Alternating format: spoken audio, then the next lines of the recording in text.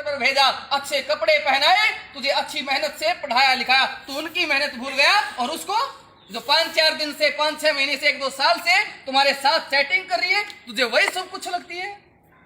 ये नौजवानों की बुद्धि पर पत्थर पड़ गया है, उनकी बुद्धि बिगड़ गई है, उन्हें सब कुछ यही लगता है, नहीं मेरे जीवन को बनाने वाले यही है, लेकिन वो नहीं समझ पाते।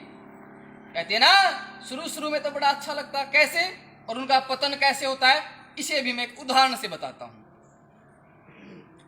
देखिए, एक सामान्य मक्खी जब गुड़ के लाड़े पर बैठती है तो उसे बड़ा मीठा लगता है और मक्खी सोचती है पता नहीं क्या मिल गया, इतनी खुशी, इतना मिठास, इतना आनंद आज तक नहीं मिला। मक्खी खाते खाते मगन हो गई और खाते खाते जब उसका पेट भर गया, मक्खी ने उड़ना चाहा, लेकिन क्या होता है, मक्खी उड़ नहीं पाती, उसमें फंस जाती है, पंखे मारती है, फड़फड़ाती है, कोशिश करती है, निकल नहीं पाती और उसमें फंस करके मर जाती है।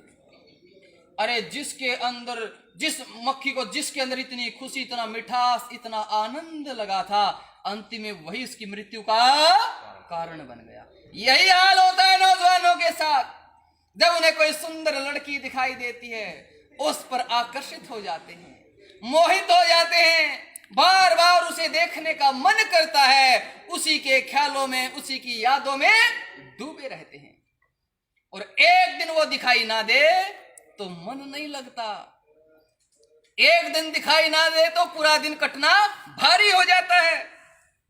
यदि कक्षा में पढ़ रहे हैं और एक दिन वो ना आए कक्षा में तो मन नहीं लगता पूरे दिन, और कहते होते होते जब दोनों की आंखें मिलनी शुरू हो जाएं, ओहो फिर तो क्या कहने, एक बार नजरों से नजरें मिल जाएं, बस मानो दुनिया का सारा जाए।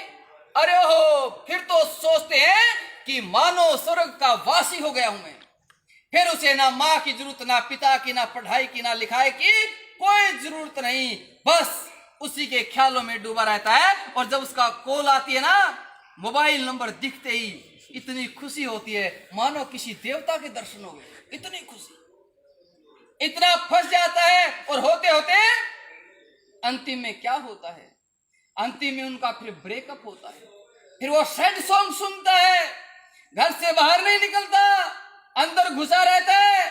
और मैं आपको बता दूं, आज जितने भी बच्चे डिप्रेशन में हैं, इन सब का कारण ब्रह्मचर्य नाश है, ये आकर्षण है, ये ब्रेकअप है, इन सब का कारण ब्रह्मचर्य पालन कर ही नहीं पा रहे हैं, इन लड़कियों के चक्रों में फंसे हुए हैं। देखिए, लेकिन ऋषि सिर्फ समस्या नहीं गिनाते, समस्या का समाधान बताते हैं। और इस समस्या का समाधान क्या ऋषि ने बताया कुछ, कहते जी फिर इस आकर्षण से बचे कैसे, ये जो आकर्षण हो जाता है, सुंदर रूप देखते उसकी तरफ देखने को मन करता है, तो इससे बचे कैसे, तो इसका उपाय बताया महर्षि पतंजलि जी ने। कहा योग दर्शन की कल्पना करें। अब गंदगी की कल्पना कैसे करें, चलो इसको एक प्रैक्टिकल करवाते हैं आप सभी से। मान लीजिए आपको कोई सुंदर रूप दिखाई देता है, कोई सुंदर रूप है आपको दिखाई दिया और आप उस पर आकर्षित हो गए, उसी के विचारों में, उसी के ख्यालों में खो गए। आप सभी मेरी तरफ ध्यान से देखेंगे, देखिए जो भी सुंदर रूप है आप एक बार देखिए कि वो बहुत सुंदर, उसके नैन नक्शे, उसका रंग रूप है बिल्कुल बहुत सुंदर है, उसी के विचारों में खोए हुए हैं। अब आप गंदगी की कल्पना करो, क्या देखिए, मानो उसकी नाक में गंदगी आई हुई है, उसके कानों में गंदगी आई हुई है, उसकी आंखों में गंदगी आई हुई है, उसके मुंह में झाग आए हुए हैं। अब देखो मुझे कितना सुंदर लगता है, कितने आकर्षित हो गए। देखो दोनों नाक में नासी, एक में कल्पना कर लो, उससे ही पता लग जाएगा। अरे जहां रोम रोम गंदगी से भरी हुई है वहां आकर्षण ढूंढते हैं। कहते भी तो हैं कि क्यों मरते हो देख कर तुम बाहर की सफाई पर, अरे यहाँ तो सोने की परत चढ़ी हुई है गोबर की मिठाई पर, अंदर सब गोबर भरा हुआ है, गंदगी भरी हुई है, बाहर ये चिकनी मिठाई, चिकनी परत है, ये हमें आकर्षित करती है। तो इसलिए मैं आप सभी से कहना चाहता हूं, आज से ही अपने लक्ष्य के प्रति समर्पित हो जाओ और छोड़ दो इन चीजों को।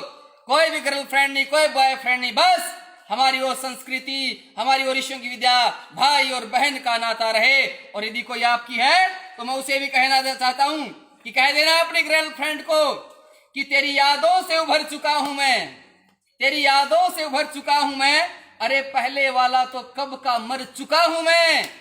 ये आसमां अब डराता है मुझको, कह देना इस आसमां को अब तो जमीन पर उतर चुका हूं मैं। अब जमीन पर उतर जाओ साथियों, और आज से संकल्प लेकर के ब्रह्मचर्य पालन शुरू करो। और ब्रह्मचर्य इस राष्ट्र की नींव है, आधार है। यदि ब्रह्मचर्य पालन करेंगे तो जिस लक्ष्य को चाहेंगे उसी लक्ष्य को प्राप्त कर लेंगे। ये बात मैं नहीं कह रहा, ये बात ऋषि कह रहे हैं, हमारे विद्वान कह रहे हैं। ठीक है।